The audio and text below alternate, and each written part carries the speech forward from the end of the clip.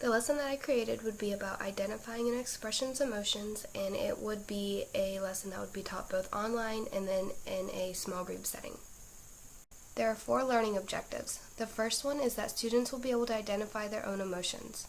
The second one is that students will see how certain events can cause them to have different emotions. The third one will be that students can identify emotions in others, like their peers or their teachers. And the fourth one will be ways that are inappropriate and appropriate to express their emotions. For text and narration, it will be really simple. I want students of all abilities to be able to access this information.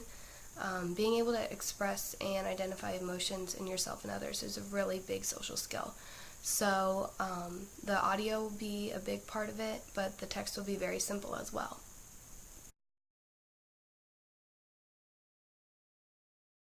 A lot of my students use an iPad or other Apple devices during their recreational time.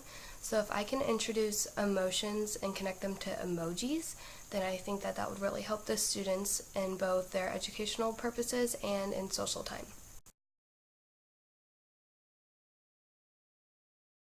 Everything will be introduced in order of the objectives, so they will have time to complete activities online using Objective 1, and then we'll meet for a small time in a small group setting. This way we can reinforce the things that they learned in a small group with actual peers and human beings. And then they will also have time to complete anything that they don't understand on their own at their own pace, because these can be really hard skills to grasp.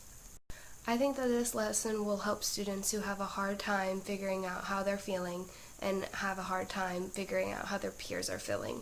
I think this could bring the community of the classroom together once students know how their friends are feeling and how the teachers are feeling.